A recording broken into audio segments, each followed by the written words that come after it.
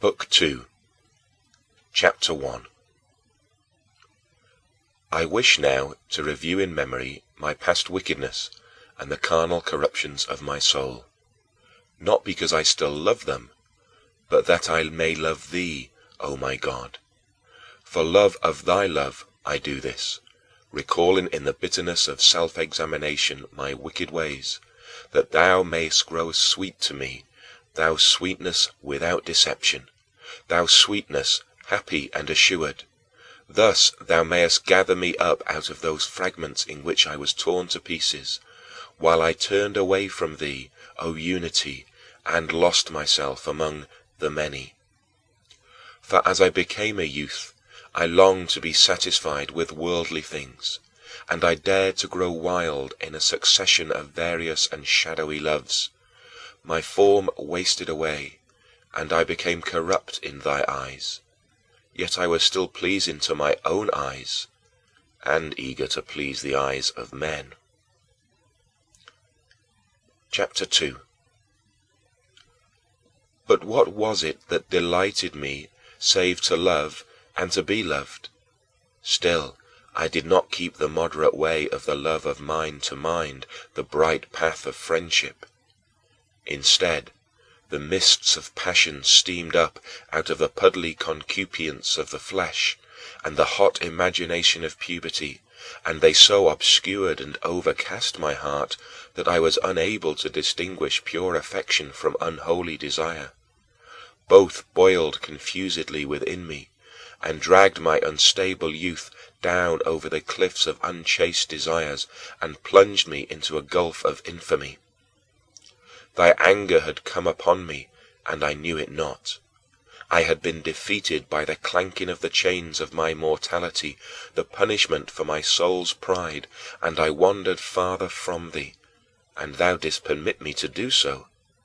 I was tossed to and fro, and wasted, and poured out, and I boiled over in my fornications. And yet thou didst hold thy peace, O my tardy joy. Thou didst still hold thy peace, and I wandered still farther from thee into more and yet more barren fields of sorrow, in proud dejection and restless lassitude. If only there had been someone to regulate my disorder, and turn to my profit the fleeting beauties of the things around me, and to fix a bound to their sweetness, so that the tides of my youth might have spent themselves upon the shore of marriage. Then they might have been tranquilized and satisfied with having children, as thy law prescribes, O Lord, O thou who dost form the offspring of our death, and art able also with a tender hand to blunt the thorns which were excluded from thy paradise. For thy omnipotence is not far from us, even when we are far from thee. Now, on the other hand, I might have given more vigilant heed to the voice from the clouds. Nevertheless, such shall have trouble in the flesh, but I spare you. And it is good for a man not to touch a woman.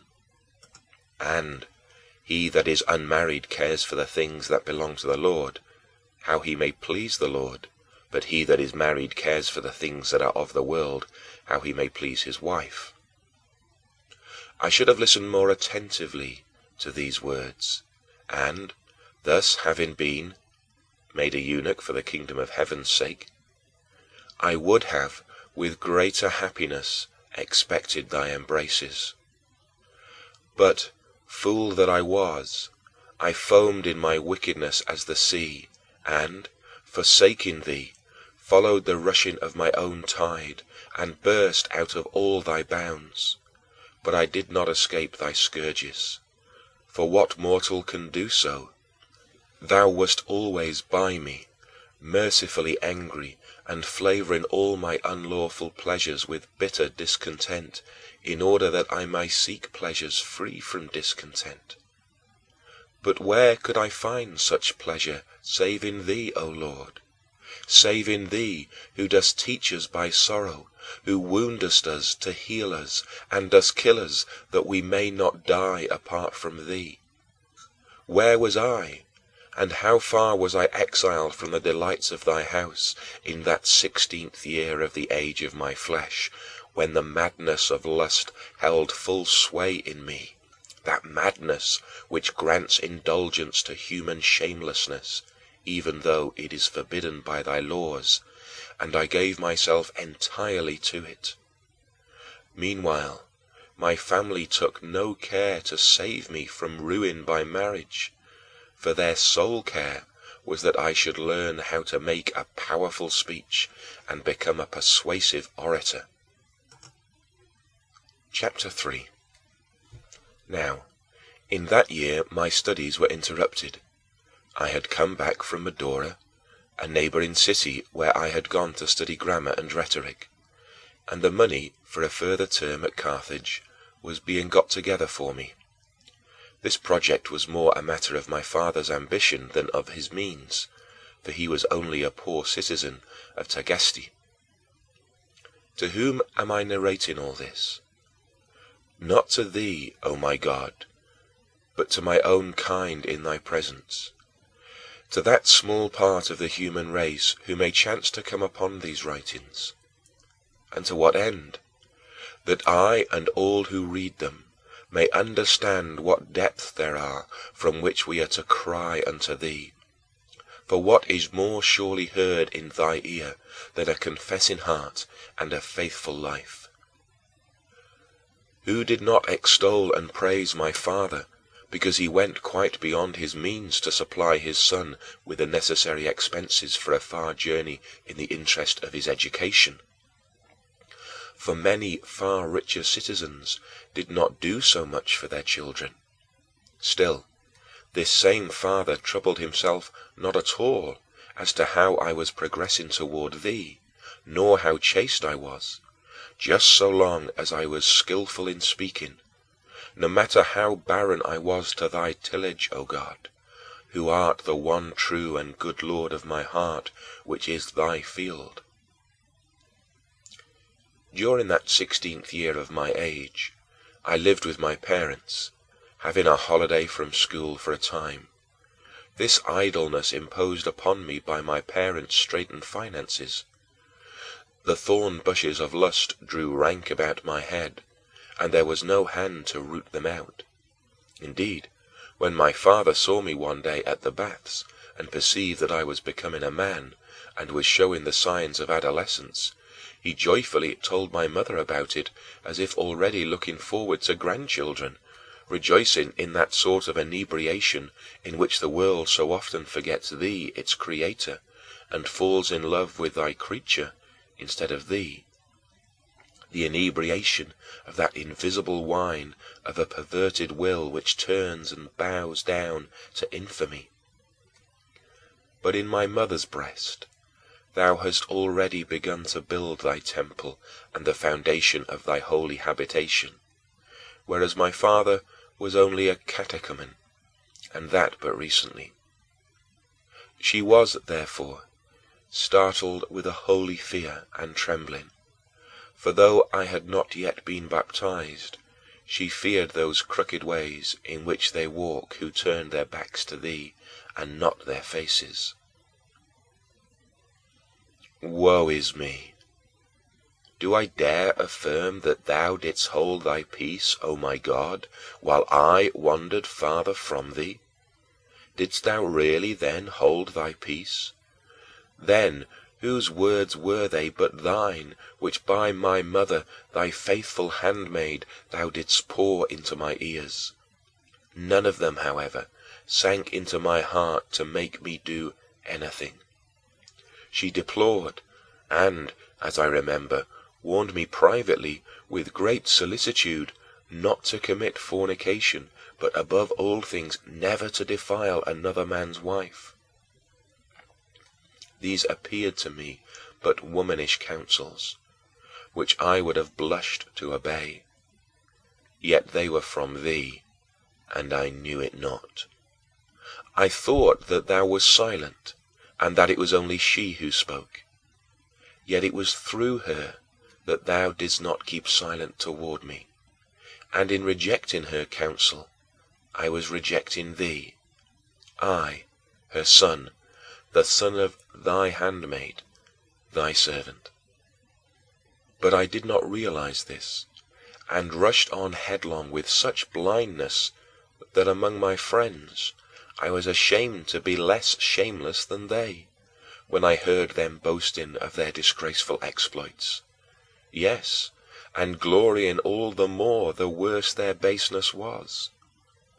What is worse, I took pleasure in such exploits, not for the pleasure's sake only, but mostly for praise. What is worthy of vituperation except vice itself? Yet I made myself out worse than I was, in order that I might not go lacking for praise. And when in anything I had not sinned as the worst ones in the group, I would still say that I had done what I had not done, in order not to appear contemptible because I was more innocent than they, and not to drop in their esteem because I was more chaste. Behold, with what companions I walked the streets of Babylon. I rolled in its mire and lolled about on it, as if on a bed of spices and precious ointments. And drawing me closely to the very center of that city, my invisible enemy trod me down and seduced me, for I was easy to seduce. My mother had already fled out of the midst of Babylon, and was progressing, albeit slowly, towards its outskirts. For in counseling me to chastity, she did not bear in mind what her husband had told her about me. And, although she knew that my passions were destructive even then and dangerous for the future, she did not think that they should be restrained by the bonds of conjugal affection, if, indeed, they could not be cut away to the quick. She took no heed of this, for she was afraid lest a wife should prove a hindrance and a burden to my hopes. These were not her hopes of the world to come, which my mother had in thee, but the hope of learning, which both my parents were too anxious that I should acquire, my father because he had little or no thought of thee and only vain thoughts for me, my mother because she thought that the usual course of study would not only be no hindrance, but actually a furtherance toward my eventual return to thee.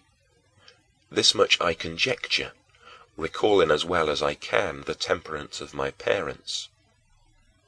Meantime, the reins of discipline were slackened on me, so that without the restraint of due severity I might play at whatsoever I fancied, even to the point of dissoluteness. And in all this there was that mist which shut out from my sight the brightness of thy truth, O my God. And my iniquity bulged out, as it were, with fatness. Chapter 4. Theft is punished by thy law, O Lord, and by the law written in men's hearts, which not even ingrained wickedness can erase. For what thief will tolerate another thief stealing from him? Even a rich thief will not tolerate a poor thief who is driven to theft by want. Yet I had a desire to commit robbery, and did so, compelled to it by neither hunger nor poverty, but through a contempt for well-doing and a strong impulse to iniquity. For I pilfered something which I already had in sufficient measure, and of much better quality. I did not desire to enjoy what I stole, but only the theft and the sin itself. There was a pear tree close to our own vineyard, heavily laden with fruit, which was not tempting either for its color or for its flavor.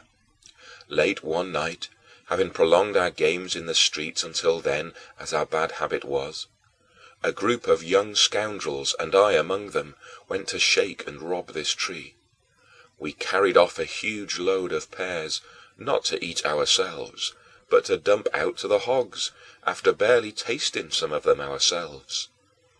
Doing this pleased us all the more because it was forbidden. Such was my heart, O God, such was my heart, which thou didst pity even in that bottomless pit.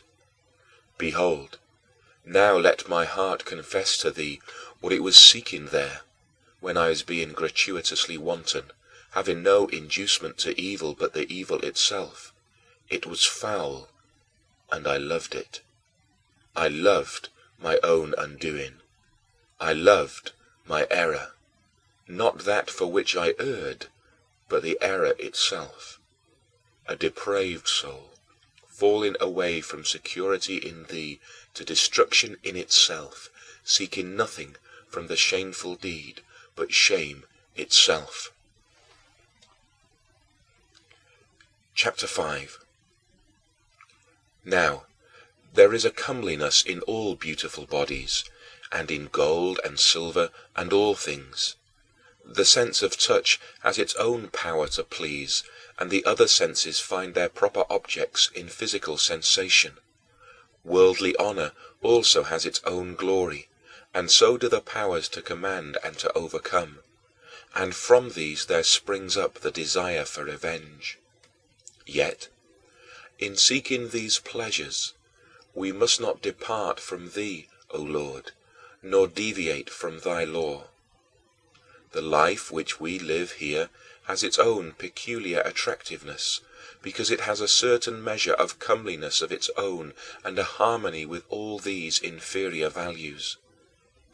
The bond of human friendship has a sweetness of its own, binding many souls together as one. Yet because of these values, sin is committed, because we have an inordinate preference for these goods of a lower order, and neglect the better and the higher good, neglecting thee, O our Lord God, and thy truth and thy law. For these inferior values have their delights, but not at all equal to my God, who hath made them all. For in him do the righteous delight, and he is the sweetness of the upright in heart. When, therefore, we inquire why a crime was committed, we do not accept the explanation unless it appears that there was the desire to obtain some of those values which we designate inferior, or else a fear of losing them.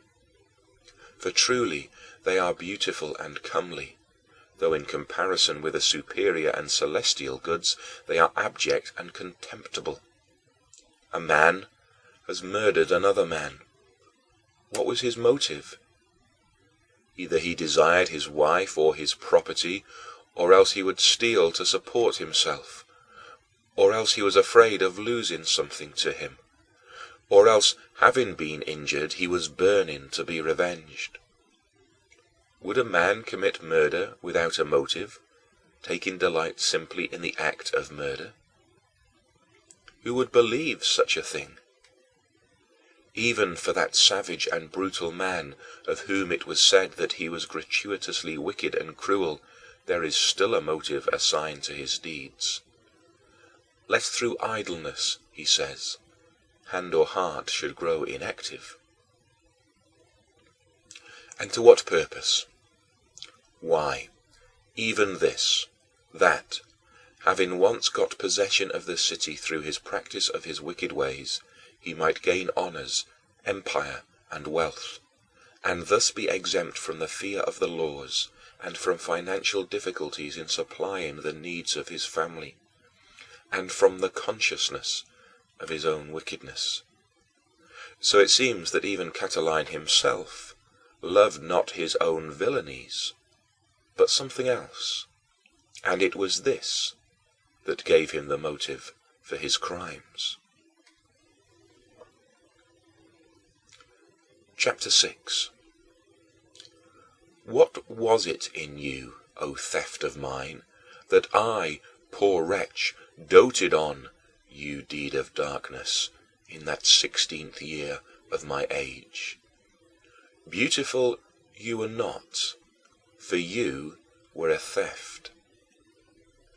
But are you anything at all, so that I could analyze the case with you? Those pears that we stole were fair to the sight, because they were thy creation, O beauty beyond compare, O creator of all, O thou good God, God the highest good, and my true good. Those pears were truly pleasant to the sight, but it was not for them that my miserable soul lusted, for I had an abundance of better pears. I stole those simply that I might steal, for having stolen them, I threw them away. My sole gratification in them was my own sin, which I was pleased to enjoy, for if any one of those pears entered my mouth, the only good flavor it had was my sin in eating it. And now, O Lord my God, I ask what it was in that theft of mine that caused me such delight. For behold, it had no beauty of its own, certainly not the source of beauty that exists in justice and wisdom, nor such as is in the mind, memory senses, and the animal life of man, nor yet the kind that is the glory and beauty of the stars in their courses, nor the beauty of the earth, nor the sea teeming with spawning life, replacing in birth that which dies and decays. Indeed, it did not have that false and shadowy beauty which attends the deceptions of vice. For thus we see pride wearing the mask of high-spiritedness, although only thou, O God, art high above all. Ambition seeks honor and glory, whereas only thou shouldst be honored above all and glorified forever. The powerful man seeks to be feared because of his cruelty, but who ought really to be feared but God only? What can be forced away or withdrawn out of his power? When or where or whither or by whom?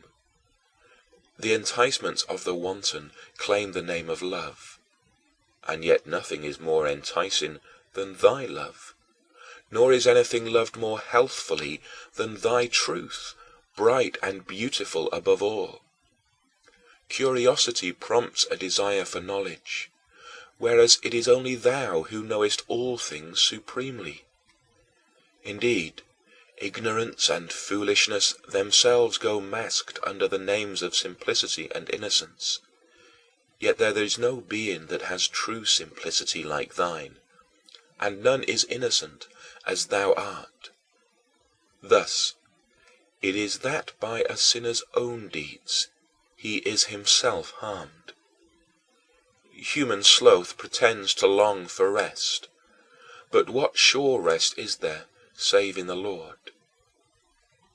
Luxury would fain be called plenty and abundance, but thou art the fullness and unfailing abundance of unfading joy.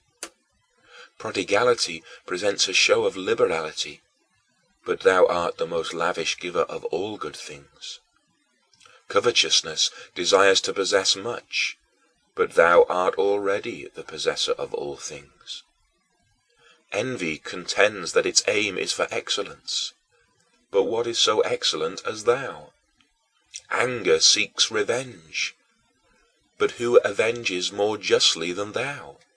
Fear recoils at the unfamiliar and the sudden changes which threaten things beloved, and is wary for its own security. But what can happen that is unfamiliar or sudden to thee?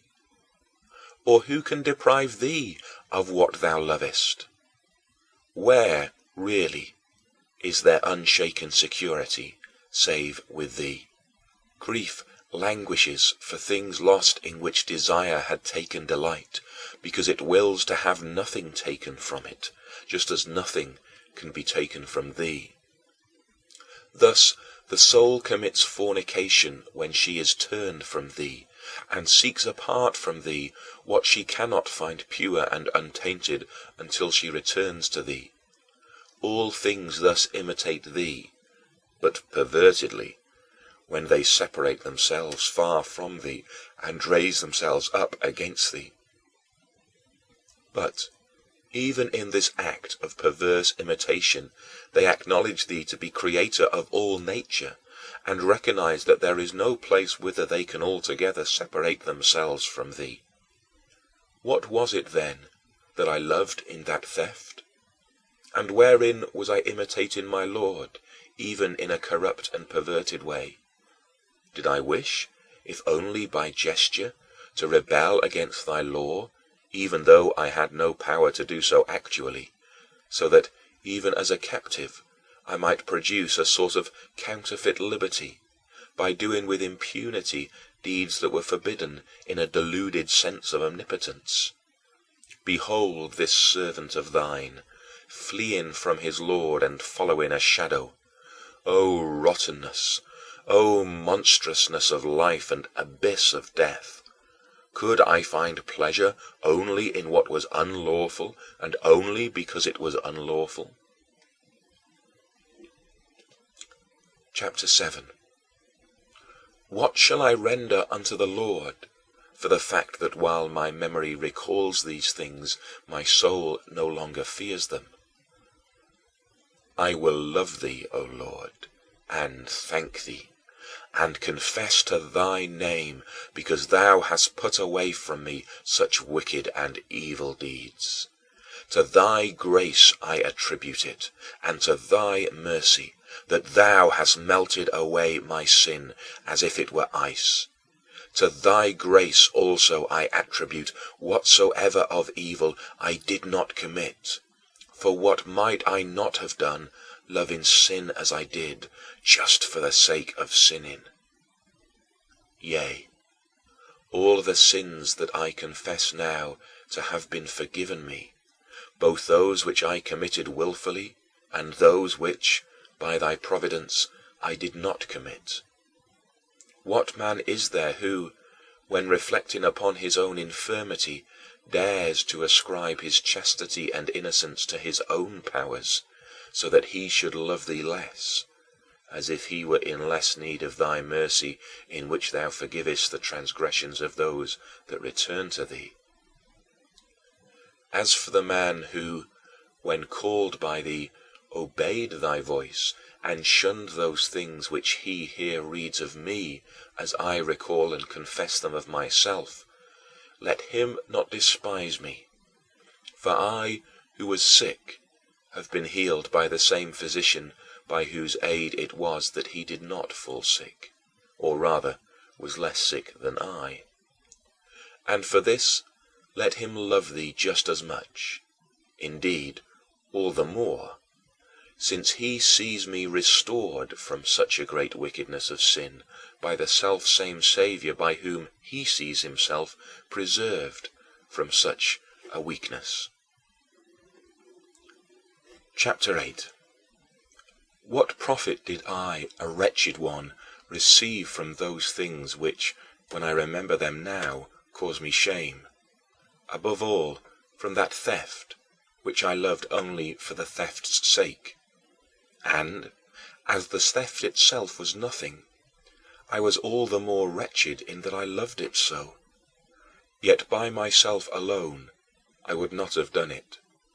I still recall how I felt about this then. I could not have done it alone. I loved it then because of the companionship of my accomplices with whom I did it. I did not, therefore, love the theft alone. Yet, indeed, it was only the theft that I loved, for the companionship was nothing. What is this paradox? Who is it that can explain to me but God, who illumines my heart and searches out the dark corners thereof? What is it that has prompted my mind to inquire about it, to discuss and to reflect upon all this? For had I at that time loved the pears that I stole and wished to enjoy them, I might have done so alone, if I could have been satisfied with a mere act of theft by which my pleasure was served. Nor did I need to have that itching of my own passions inflamed by the encouragement of my accomplices. For since the pleasure I got was not from the pears, it was in the crime itself, enhanced by the companionship of my fellow sinners. Chapter 9. By what passion, then, was I animated? It was undoubtedly depraved and a great misfortune for me to feel it, but still, what was it? Who can understand his errors? We laughed because our hearts were tickled at the thought of deceiving the owners, who had no idea of what we were doing and would have strenuously objected. Yet again, why did I find such delight in doing this which I would not have done alone? Is it that no one readily laughs alone? No one does so readily, but still sometimes, when men are by themselves and no one else is about, a fit of laughter will overcome them when something very droll presents itself to their sense or mind. Yet alone I would not have done it. Alone I could not have done it at all. Behold, my God, the lively review of my soul's career is laid bare before thee. I would not have committed that theft alone. My pleasure in it was not what I stole, but rather the act of stealing. Nor would I have enjoyed doing it alone. Indeed, I would not have done it. O friendship all unfriendly, you strange seducer of the soul, who hungers for mischief from impulses of mirth and wantonness, who craves another's loss without any desire for one's own profit or revenge, so that when they say, "Let's go, let's do it," we are ashamed not to be shameless. Chapter 10. Who can unravel such a twisted and tangled knottiness? It is unclean. I hate to reflect upon it. I hate to look on it. But I do long for thee, O righteousness and innocence, so beautiful and comely to all virtuous eyes. I long for thee with an insatiable satiety. With thee is perfect rest and life unchanging. He who enters into thee enters into the joy of his Lord, and shall have no fear, and shall achieve excellence in the excellent. I fell away from thee, O my God, and in my youth I wandered too far from thee, my true support. And I became to myself a wasteland. End of Book 2. Confessions by Saint Augustine.